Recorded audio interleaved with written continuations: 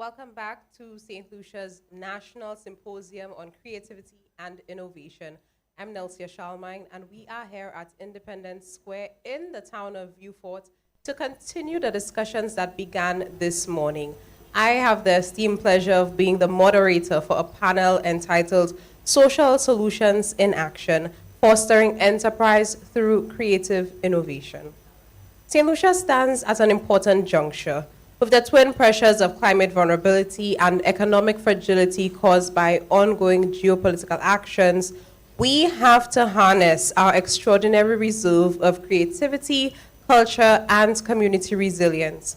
These resources are already embedded in our people, making it a natural proving ground for social innovation as a driver of exclusive enterprise. These seem like a lot of big words, but these big words are attached to big ideas. I have the distinct honor of sitting next to four brilliant minds here in St. Lucia who are going to explain how they are already harnessing creative innovation, not merely as a commercial proposition, but as a social solution, one that builds on community capital, generates dignified livelihoods, and strengthens the resilience of our country's enterprises from the grassroots up. But don't take it from me, I'll let them introduce themselves. Let's start on the end with you. Hello, everyone. Thank you so much for the invitation to be on this panel. I'm very, very excited to be here. My name is Jordan Norbert, and I am the CEO and founder of Eco Food Training and Certification Agency. We are a hybrid entity, so we operate as a social enterprise, but also as a startup.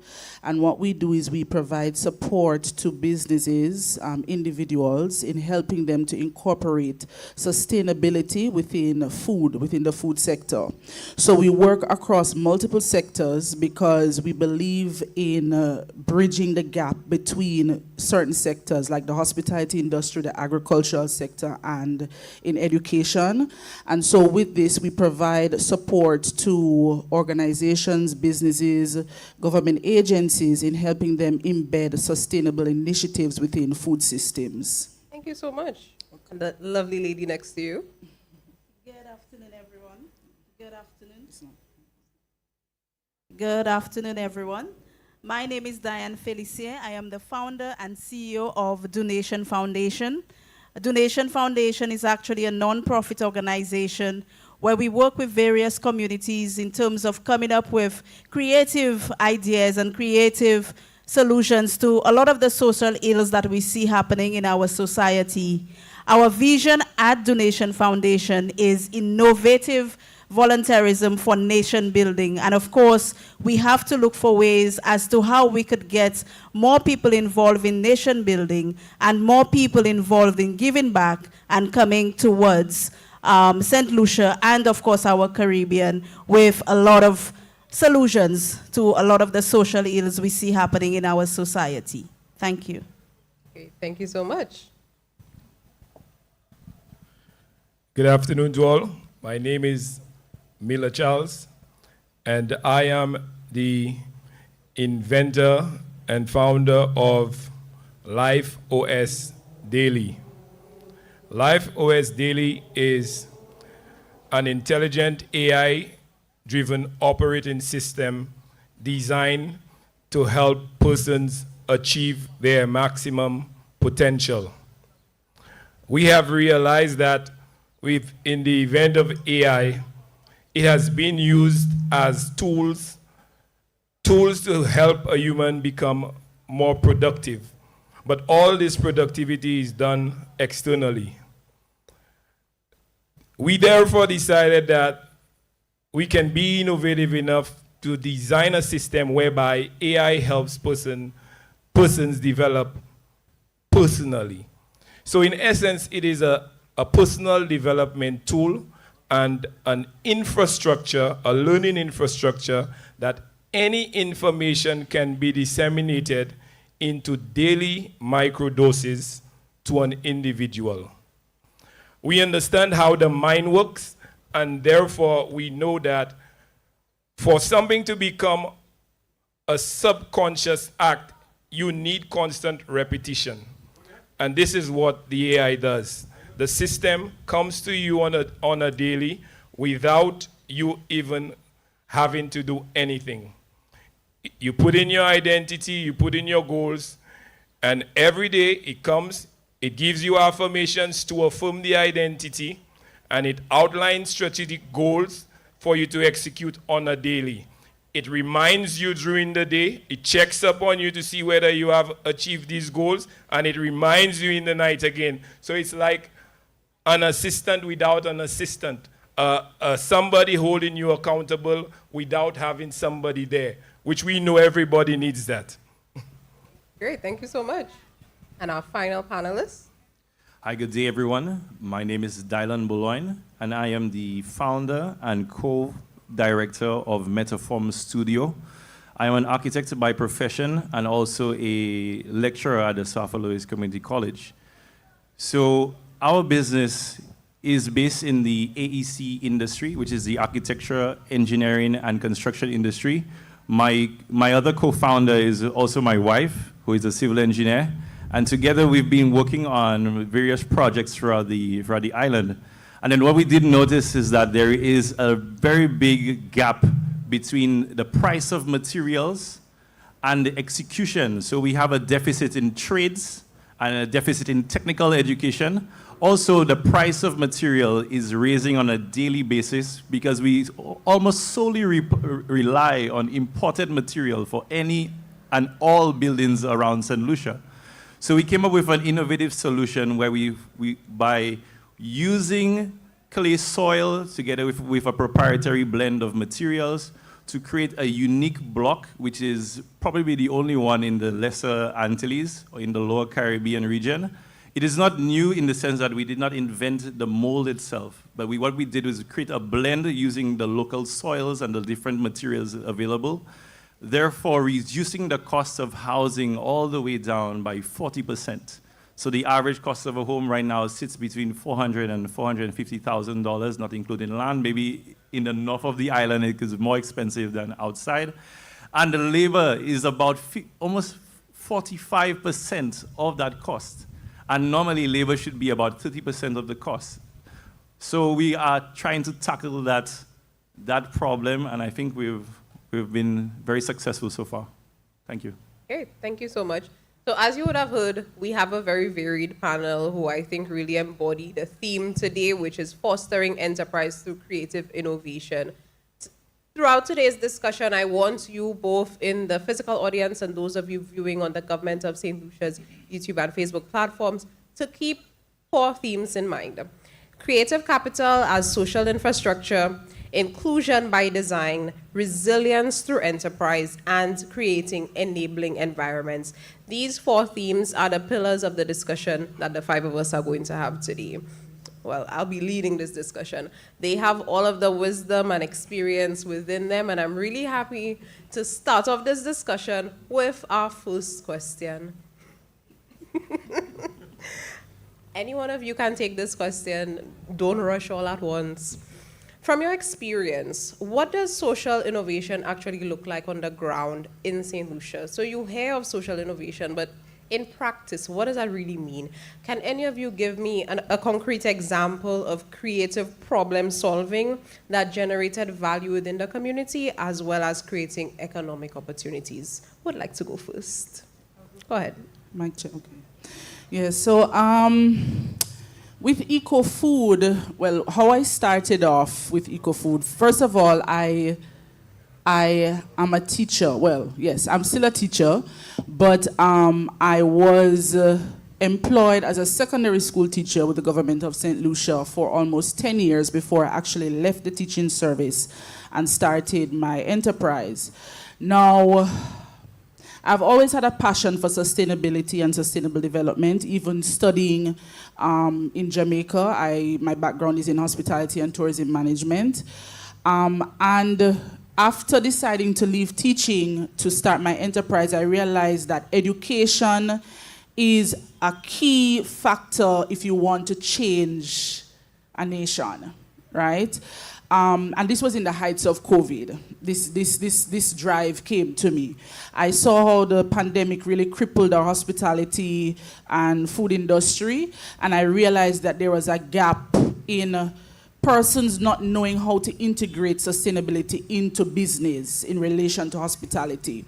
So when I left, I had to be innovative in figuring out how to start this thing that I really wanted to do. And one way of doing that was looking in my community, right? I started at the grassroots level. I looked at persons, youth and women in particular, who probably had a passion for the hospitality and food and beverage industry, but didn't have a way of transitioning into the industry, because typically a typical tertiary education in that is pretty expensive at times, and you're probably not able to afford it. So we wanted to be able to create an opportunity for persons to be able to transition within the industry without feeling as if they're not capable financially. That's when we decided to partner with the World Chef Association. The World Chef Association is based in France, and they're the leading chef organizational authority in the world. They launched a sustainability culinary training program in Brazil in 2017, and since then they had grown to 8 facilities at the time, all around the world, South Africa, Russia, different parts of Brazil, but they weren't in the Caribbean. And that's when I saw opportunity to reach out to them, to partner with them. And after a few meetings, we became the first Caribbean island through EcoFood to be offering this international program. So with that, we had their support, and we were able to get persons who wanted an opportunity to provide the training, show them how to apply sustainability in the kitchen. They were able to graduate, and over 60% of our students are either employed within the hospitality industry or have started their own food businesses. Great. And I think when you speak about partnerships for change and partnerships for innovation, this is really a concrete example of what that is. Would you say that that innovation you made by reaching out to that organization, do you think that that was intentional, or did it emerge from a necessity that you saw on the ground? Yes, so it was not intentional. I had to be creative, right? I am a small business, wanting to make big impact. So I leveraged from another organization that was bigger than mine, and that helped me gain some publicity, right? And also, they also have an international certification, so that also helped in driving traction to my business as well. Right. Yeah, so as a small business or medium-sized entity, these are some of the things that you can do to help leverage what you don't have off of another enterprise where your missions align, right? And of course, that will help you jumpstart. So we're also getting free advice today. Yes. Do any one of you want to give a contribution? Can you give us an example of some creative problem solving that your organization did? We're doing ladies first. All right. So Donation Foundation actually started from my challenges and social issues in terms of going through or facing a lot of the social issues that we see happening in our society: divorce, rape, suicidal thoughts, depression, just to name a few. And of course, whilst going through these social ills, I realized that, a lot was lacking in terms of what I wanted when it came to support, what I was looking for. And I realized that there was just a lot missing. And that is where Donation Foundation started. Now, when you speak about creativity, again, I'm going back to our mission, which is innovative volunteerism for nation building. What we have done at Donation Foundation is basically turn parks into feeding areas where we could feed people and they could feel that they are important, where they feel that they are recognized, where they feel safe. We have turned a pageant. We have the Miss Good Deeds Day pageant, where it's not all about beauty. It is about what you can do for your community, what you can do in terms of volunteerism, nation building, how you could give back, and how you could build upon that. We also look at when it comes to our young people. We just recently had our caucus, our youth caucus, where we were able to have a caucus in Parliament and have our young people present ideas or solutions to what we see as gender-based violence. Another thing that we do at Donation Foundation, because working around the communities, you find that the communities are different. The needs vary, the people that you work with vary. So what we have to do is to find ways as to how to get our messages across. So with gender-based violence, what we have is that we get our messages across through street theater, or what we call forum theater, where we have our audience who are not just spectators, but they are actors. So they basically come in and make recommendations, or they come in and say, if it was me, this is how I would handle a situation. And of course, we find the gap either to tell them, well, it can be done differently, or yes, it was handled differently. We look at street theater, where at the spur of the moment, we just show up and have various scenes where, you know, we have scenes of bullying, scenes of teenage pregnancy, scenes of stalking, and basically see how the public would react to it. In Soufrière last week, we had a scene of a young man really tormenting somebody from the LGBTQ plus community. And it was amazing to see that there was this lady who kept on saying, leave him alone, leave him alone. But then there was other people who just laughed, and it was just basically like, you know, make more fun or say more things. And that is how we find creative ways to really get you know, people involved, community involved when it comes to the social ills that we see in society. Again, we try to look for the gaps. We look at the Empower Her, where we have climate and gender for our young people to see how, you know, climate change can have an impact on them and their community. So these are some of the things that we do at Donation Foundation when it comes to creativity, when it comes to the social ills, when it comes to getting not just, you know, and sometimes I hear people say it's not just something of the North, but, you know, we have everyone, irrespective of where they come from or what choice they make, involved in what we're doing. Great. And that really speaks to that community value that I asked you about. And I think for you, Mr. Bologne, when we speak about creative problem solving for economic opportunities, I feel like you might have something to say. Huh? Yeah, for sure. I would say that our solution was really born out of, because I graduated university in 2023, and coming back home as a qualified architect and even urban planner, because my degree is in both, I couldn't even find a job. I couldn't find an employment that would push me in the direction to continue developing. So it really was born out of a necessity. Okay, what can I do? And then normally persons like myself, you go abroad and study. We never come back home. We never contribute to society. We stay abroad. We get the accolades and whatnot.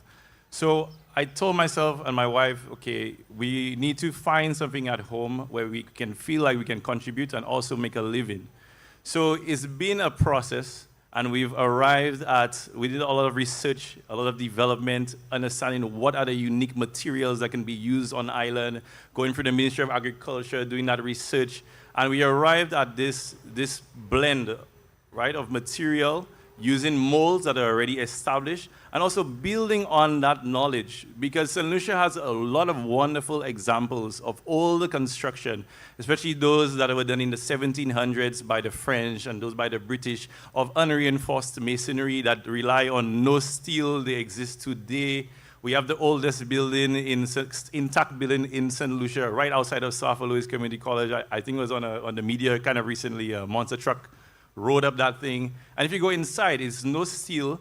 And I asked myself, what can we learn from those things and how do we implement that today? So instead of us learning, we've gone back where we've been into cheap construction. So we get stuff from China and PVC doors, it falls off, the house is running, it's leaking. And in our personal practice, we found that people, you have a concrete roof, 2 years after, you spend $850,000. This is the actual example. $850,000 investment, 2 years after your roof is leaking because the contractor didn't do it right, and you have to go back for more money from the bank is questioning you. It's a lot. So we really looked at this and said to ourselves, how can we give people homes for under $350,000? People can apply, so people can qualify for those loans, and how can we deliver a good product, locally made, for those persons. So I find that this was a little bit of a journey. And I think that's really speaks to innovation, because innovation is change. Innovation is doing something differently, but sometimes it means going back to what we used to be doing. So could I just add in a little bit? And I would agree with you that you said education is one of the most important things. And I couldn't have done something like this if I did not go to school. And a lot of people do not get the opportunity to do that, to go to university education. And if we have a lapse in educated people who are, especially in my field, in the technical areas, and we don't come home, we stay abroad, we never come back to see what we can do and make it work, how can we even talk about innovation? I mean, yes, you can start something, but in a technical field, it's a building. It's going to fall down. So you don't want someone just by, a little roadside skill to come and put up roads for buildings for you and that type of sort of thing. So you need to have a balance between the education, and we need to be able to, and that I believe would push innovation, especially in that sector, just a little bit more. Great. And Mr. Charles, it's your turn. Thank you. Well, as a serial entrepreneur that I am, and a mindfulness coach, I realized that we can have as many innovative ideas as we may wish to, and they would be locked away.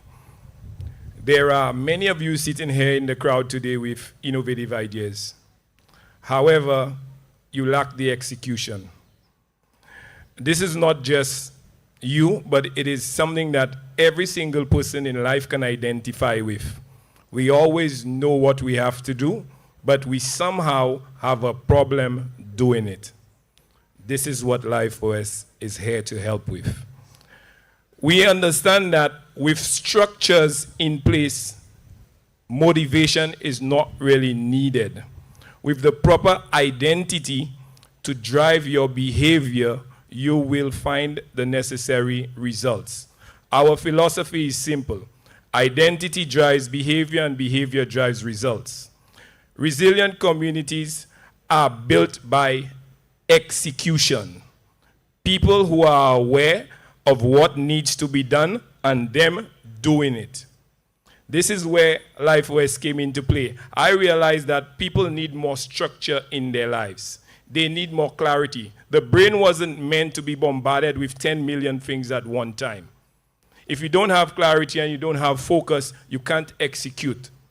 This is why, if you understand the identity of who you're becoming or who you would like to be, you can then execute from this standpoint with much more focus.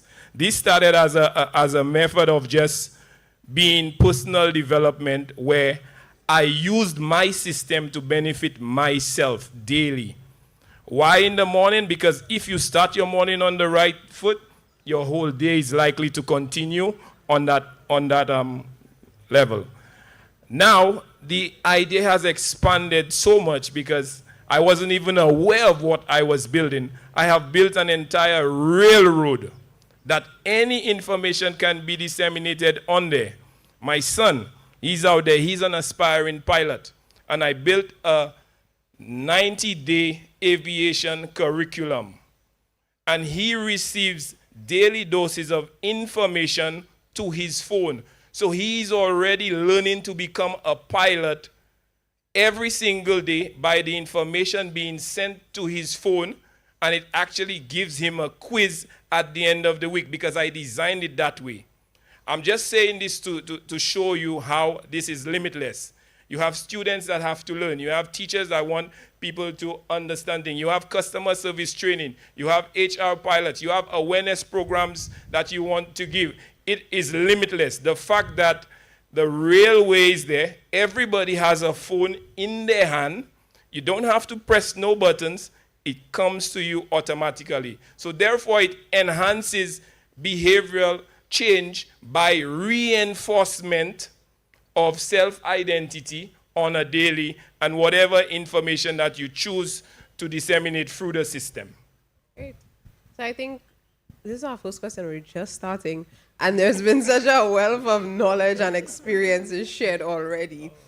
But I think one of the things, and it came up when you all were speaking, is the idea of that gap. There is a gap that exists between creative innovation and what you all are trying to do, as well as who gets to participate in that sort of innovation. So we spoke about having people being educated and having people being skilled. Who do you think is left out of those conversations on social innovation? Do you feel like it's somehow locked behind a gate, that social innovation seems like this big idea and everybody doesn't get to participate in it? How do we bridge that gap? Diana is very excited to get us started. Yes, I'm very excited about that question. I believe that our people from the rural communities are being left out. I believe that people from the vulnerable groups are being left out. When you say vulnerable groups, just explain to the people who those groups are. But we speak about the LGBTQ plus people. We speak about people from the rural communities. We speak about the deaf. We speak about, people who are not able to do things on their own, persons with disabilities. They are being left out because as a grassroots organization and being on the ground, they are always left behind. And it's always an afterthought when it comes to persons with disabilities, vulnerable groups. It's almost like, oops, what did we do?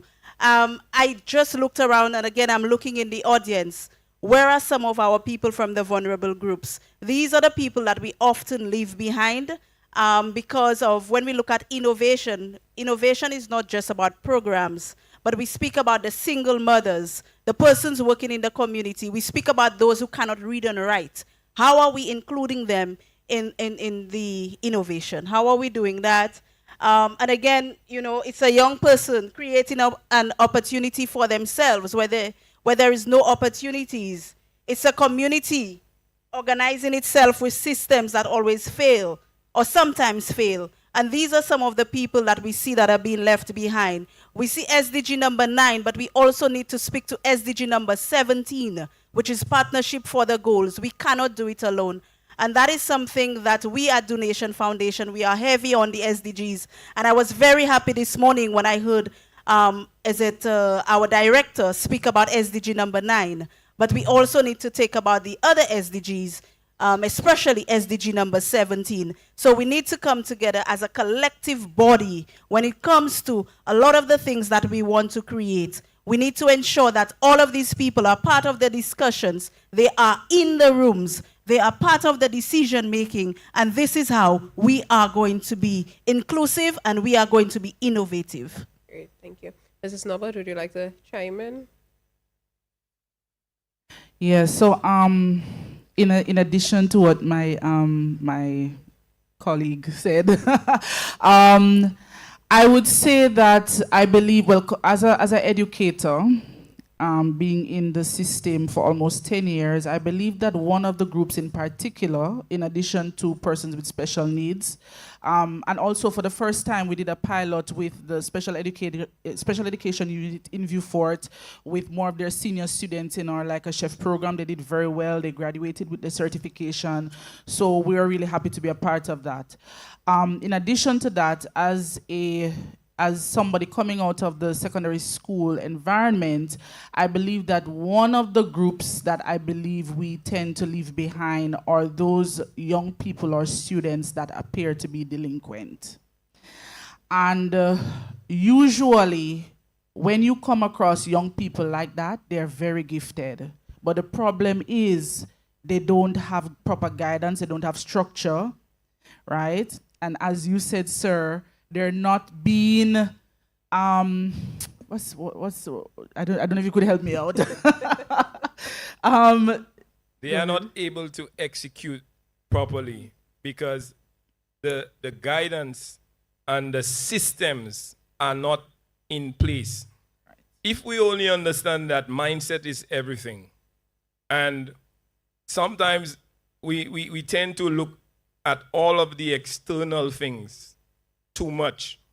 And if we pay a little more attention into developing the mindset of the people, therefore, the execution will be better.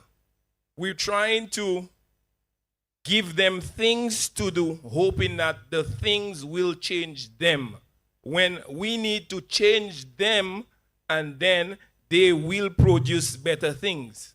So I think part of the focus should be off of the external aspect of things and more get towards the development of our individuals and their mindset, and teaching them how to set goals, and teaching them how to build their confidence, and teaching them how to execute on their ideas. Once you develop this internally, it will be mirrored externally. You will be executing from that standpoint. So a lot of my philosophies and my principles are geared around building individuals internally. And I know if I build them internally, I can expect great results from them externally.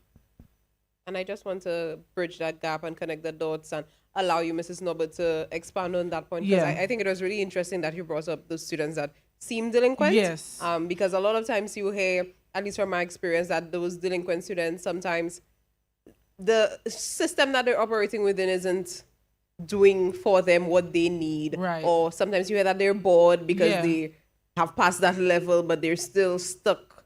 So So a lot of the times, right, the students are telling us, they're telling us through their behavior, but we're not interpreting it the right way. There was an incident where there was a student in Form 3. It was my first year being a teacher, and I taught at Clendon Mason. And the student, he wasn't rude, but he just was not going to classes, he wasn't coming to school, and then when we called in his parent, he said, "Miss, I don't want to be at this school." And I said, "Why you don't want to be at this school?" He said, "Because this school doesn't offer what I really want to do." And it was the first time he was telling his mother that. And she was like, "Well, what is it that you want to do?" And he says, "I want to do auto mechanics." But Clendon Mason was offering that at the time. So, and did you know the parent refused to move him from the school to the other school because, quote unquote, that other school is considered to be not a traditional high school.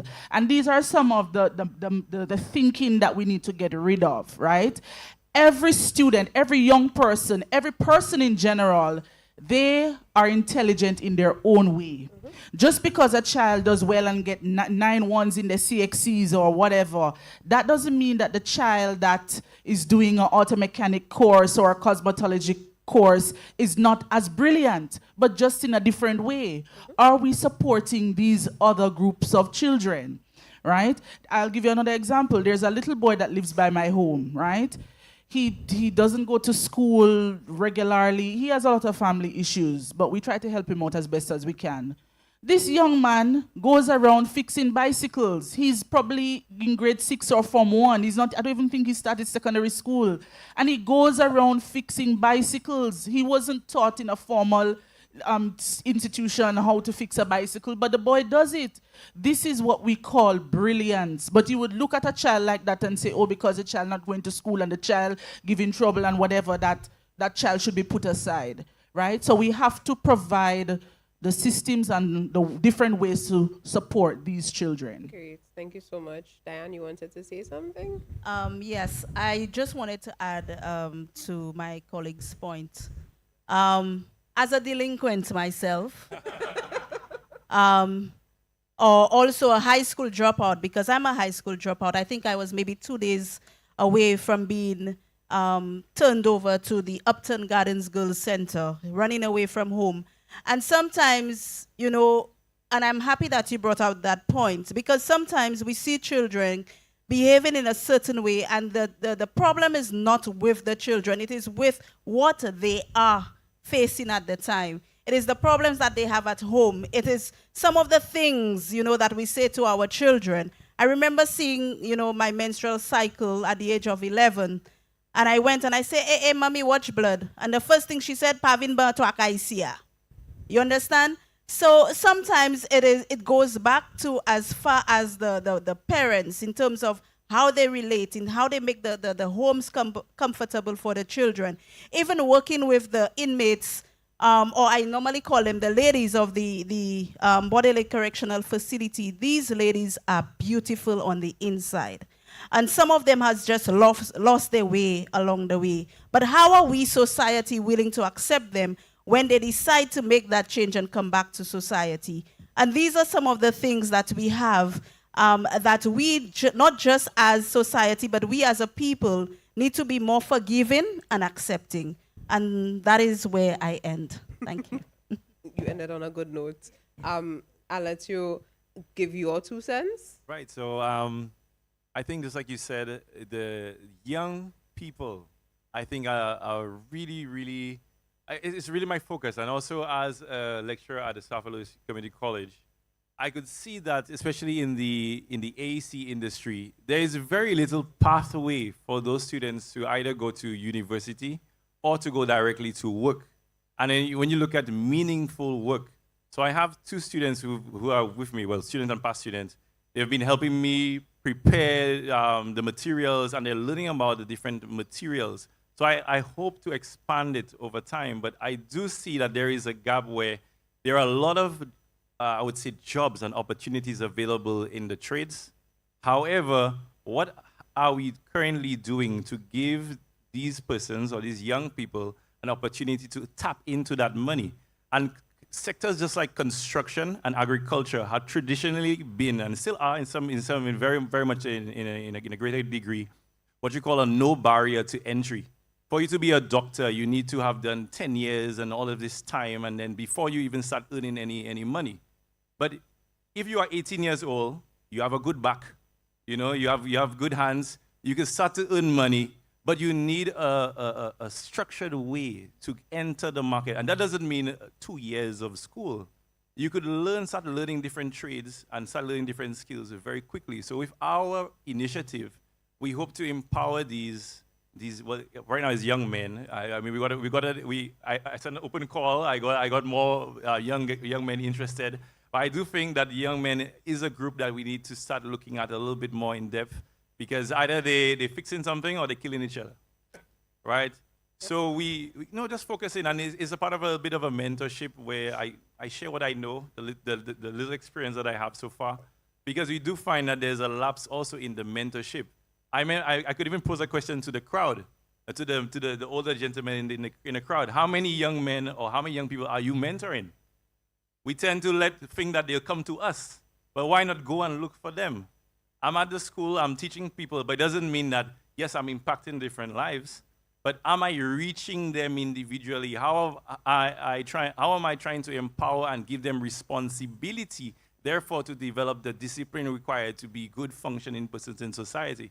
So with this initiative, we're trying to do that. Now I'm mentoring 2 young men, and just me. What about other people in the crowd? How many people are you mentoring, and that's not family, that's not necessarily your nephew? We need to go out and do that. So I think we have a responsibility, especially the older generation. I don't want to put it too much, and I'm pretty young myself. But we have a responsibility to share what we know. So we have all these older carpenters, older masonry persons, and I've heard things from them like, oh, I'm not teaching people. I don't want to share what I know. Or come and work, I give you $60, come and break your back for the day, and you know the price is $100. The guy paying you $60 and collecting $40 on your labor. That's slavery. You ask me that. But just trying to see how we can impact those people. So we say young people who do not have that traditional pathway to go to university, you need to have about $300,000 EC dollars to go study architecture, and that's 4 or 5 years. Not all of us have that. So the construction industry is free to accept. Right now it's very unregulated. It's a bad thing, but it's also a good thing, meaning that anybody who has the skills, can market themselves well, can start to earn money. So why can't an 18-year-old have $20,000 saved in when he's 20? You know, so that's our real focus. We want to help these young people earn so that they can now make these lifelong investments that will pay out in the future. Great. And if you all remember that I told you one of the themes to listen out for was inclusion and how we can design inclusively. I think we heard a lot of that from you all. We heard about shifting the mindsets, and I think that's the foundation of where we have to start. We spoke about making sure that vulnerable groups are included. And I really like what you said about who are you mentoring? Because you can't, I speak to people who tell you that the young people don't want to learn. But are they always aware of what it is that there is to learn? And so I think we're starting off on a very good note of, I hope that the policymakers are listening to the ideas that are coming from people who are working within the community. They're the ones on the forefront. They're the ones with the knowledge and experience. And it's up to you now to take those experiences and take that wisdom and turn it into tangible policies that will impact various demographics in St. Lucia. And those demographics, despite being sometimes locked out of those creative industries, they remain resilient. Sometimes the resilience doesn't always lead to good things. We heard about young men either fixing things or killing each other. But I want us to turn our attention now to that word resilience. It's become a very popular word in the Caribbean. You hear of resilience after hurricanes. You hear of resilience in the height of the COVID-19 pandemic. But what does a resilient community enterprise look like?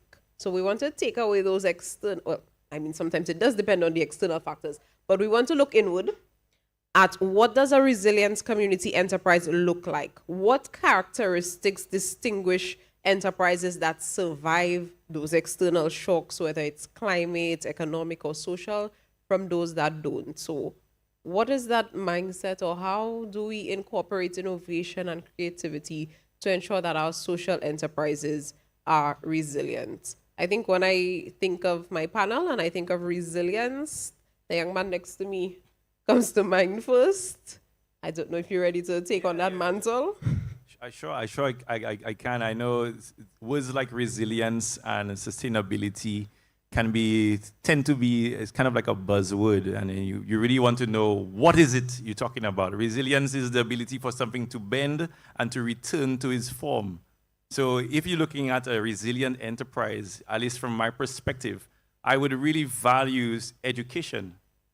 So you need to be flexible, and you need to be able to determine and pivot in the face of different challenges.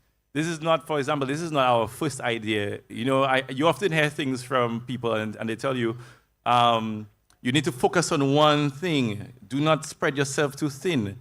I don't believe that. I believe you must spread yourself so thin because you need to know what works and what does not work. And what does not work, you drop it. You let it go. You take a loss. You lose some money. You know, you get it out. So anything that's not working, you know. So if you focus on one thing, how do you know that all your time and your investment is going to just pay off magically? So I tell all of the younger guys, when I talk to older older mentors in my life, they would tell you advice like, you need to slow down. You're too impatient. You have to wait. You have to wait your turn, wait your time.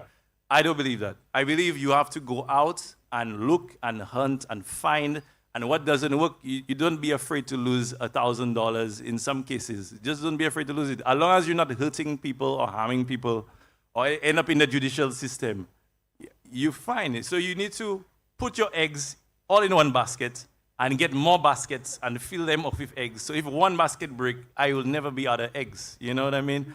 So it's just the kind of thinking. And to me, that would make something very resilient, where if one part of my money is cut out, it's okay.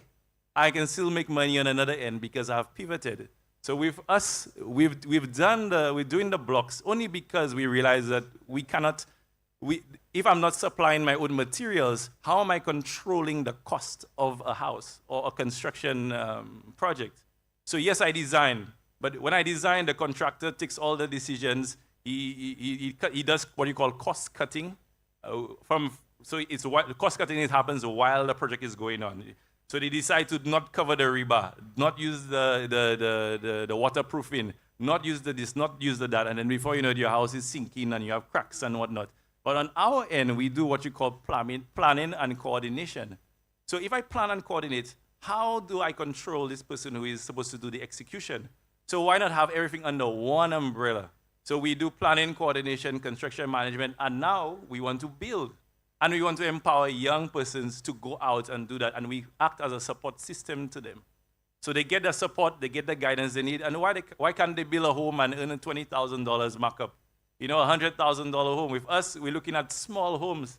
That will be about $80,000. You get a studio apartment for $80,000, and that's a concrete roof. That's not a wooden roof. So your premium is going to be the lowest with the lowest house, you know? And it's not things that I'm just making up, you know, we wishful thinking. My wife is a civil engineer. We've been working in the field. We've calculated the cost. We've run the numbers, sorry. And it's something that we realistically think, you know, that is possible. So we're coming out with this thing, and we hope that it can have an impact. You know, if it doesn't have an impact, then we pivot. We go elsewhere, you know, but I will never leave it alone. So if it's not something that's not working, we get rid of it. But if it's working, you reinvest and you double up. Great. I think, Mr. Charles, I think mindset has been a big part of your contribution today. So we speak about resilience. So from your perspective, what do you think are some of those characteristics that social enterprises will need to remain resilient? I believe that resilience, a resilient community is defined by its members who understand that a pause is not necessarily a stop. It is okay to take time out to refocus, to recalibrate, to re-engineer, to whatever else you want to call it. But these moments are actually very, very important. I'll give you an example. While building this system and passing it over around to my friends who giving me feedback about how it's been influencing their lives, changing their daily routines, helping them execute more focusedly. I did an update and I lost 70% of those users that I had onboarded already. And it wiped out 40% of what I had built. After 3.5 months of working on that, I just took 2 days off and I need some time to rest my brain. Yeah, because it's like you just work so hard, you see in your progress, you have 50-something people on there, the system seems to be working fine, and then something comes up and it just wipe it away. However, the 2 days off, the 3 days off, when I went back in the system and I understood what had happened, it made me build a system even stronger. And now it proved to me other ways now the system could have been used. So, was the crash bad? No, it wasn't. It was just part of the process. So if we understand, even in life, some things we may look at as being bad, they are just part of the process. We learn what to do and we learn what not to do. So either way, we learning. This learning thing is a continuous life journey. It ain't gonna never stop. However, the information that we receive, it is about how do we now use this information in our lives to help impact others and to better ourselves and our communities. This is what I think. Great. And I want to ask you, Mrs. Norbert, and Diane, I have a question after this specifically for you. But I want to ask you, your business is focused a lot on the hospitality sector. And that's one of the sectors that I think is really vulnerable to those shocks. You have the hurricane season coming up in just about 2 months. We saw how the pandemic disrupted that sector. How does your social enterprise remain resilient? Okay, I like this question a lot. Because entrepreneurship is not for the weak, you know? It can drain you. It really can. And, you know, as he said, sometimes you have to take some days off to recuperate and get back, because if the thing take you, you'll just say, okay, I finish with this, right? But resilience is the foundation of innovation and sustainability, I believe. Because when you're in a situation where you have very little to work with, you will find a way to make it work, right? Especially as an entrepreneur. Going back to your question about the hospitality sector, during COVID, at the time I was still an educator and I was at home. To me, I know a lot of people had really bad experiences during COVID, and I really empathize with these persons in particular. But my experience was very different. I saw a lot of people really push to survive during COVID.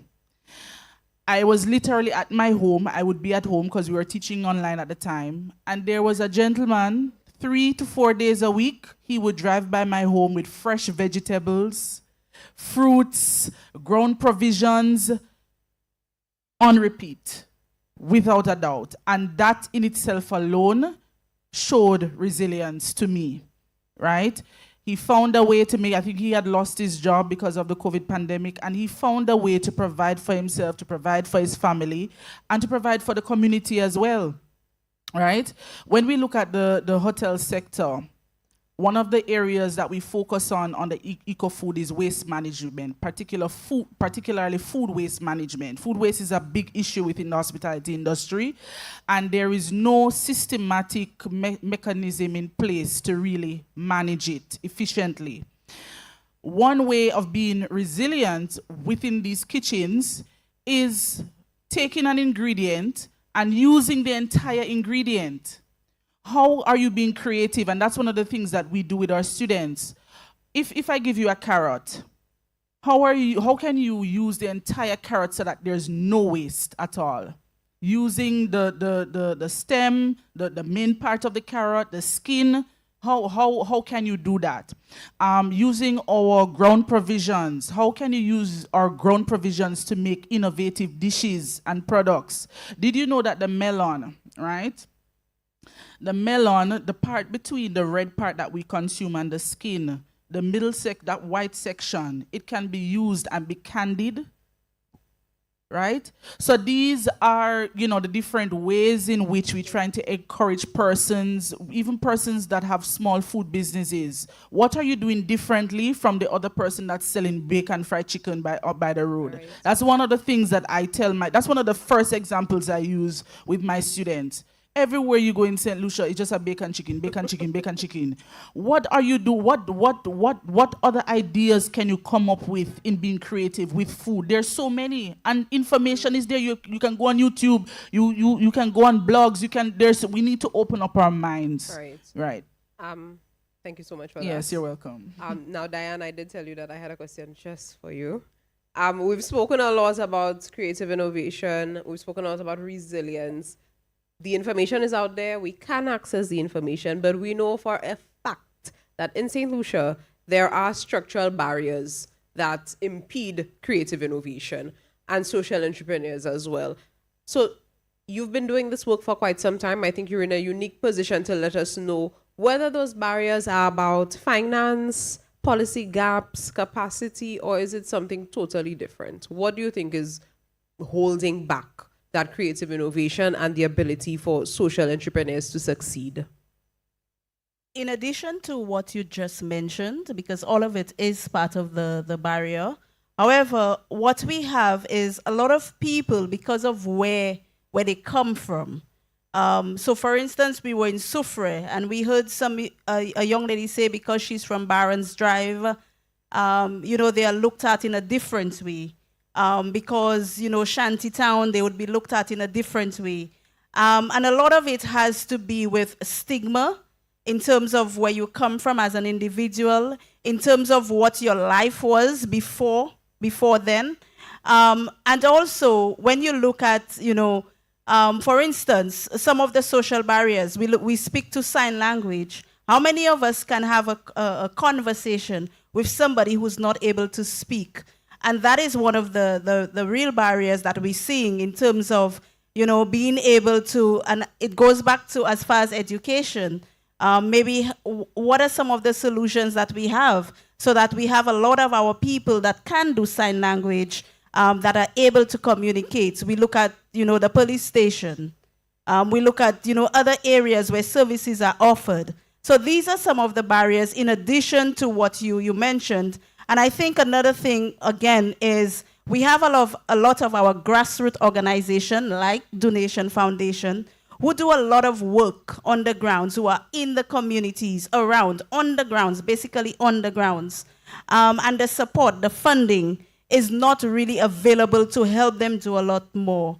So despite we have the communities and we have the people and we have the grassroots organizations, there needs to be more access to funding, more access to education, and education is a big thing, which is one of the areas we'll be going into shortly, in terms of educating people about services that are available so that they too can be part of the opportunities that are available to them. So sometimes it's not just about, you know, maybe not funding, but they're not being educated about the opportunities that are available. Okay, great. I really like how you encapsulated it. To my audience in person, we are going to be coming to you very shortly. We would like to hear from you. We would like to get your contributions. You are the industry experts. I see district education officers. I see past principals. There are teachers. There are policymakers, people working in innovation. You've been listening to what these people have to say. So in just a few minutes, we will be taking questions from the audience. So please prepare yourself. But before we move to our esteemed audience, I do want to ask, and I'll start with you, and because of our time constraints and as much as the five of us would like to sit here the whole day, if you could just keep it to a few seconds, what would you like to see as a concrete policy recommendation or partnership or initiative that could meaningfully advance social enterprises in St. Lucia, let's say in the next 2 years? Well, that's a pretty loaded question, to be honest. I think, this is my honest opinion, in terms of policy, I would, it's really tough to say. Okay, I'm going to answer it how I see it. Mm-hmm. I think there is a very good case for policymakers and establishing different procedures and practices. However, we need people like myself and the people on the panel to push the boundaries, because policymakers, they do not see the future. You look at maybe a larger country and then you may try to mirror something based off of that. But for example, look at the idea of apprenticeships. We have 0 apprenticeship programs available because maybe, like they say, maybe the young people are actually really lazy. But I don't believe that. I have a group of hardworking young men who are dedicating their time, and they don't receive a pay, at least not yet. You know, they can demonstrate loyalty and they have demonstrate some sort of camaraderie. But maybe the real reason is that those who have skills, they are not willing or maybe not able to share those skills, especially within the construction industry. So maybe on the side of policy, something that would be blended to bring back apprenticeship programs, get the private sector to train people. At Sir Arthur, we try our best. But we are just an institution. I'll not speak on the whole of SAF. I'm not in the administration, but I'm part of the engineering faculty. And we do try our best. But there are huge, big gaps. Private industry is going to do what's more efficient for them and hire persons with skills that they require.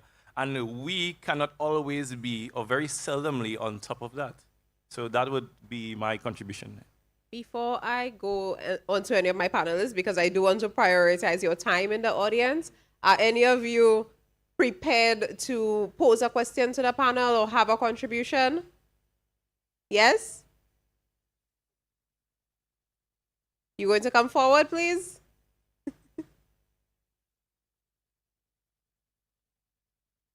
You have to come and sit next to me on the nice orange couch. Okay, go ahead.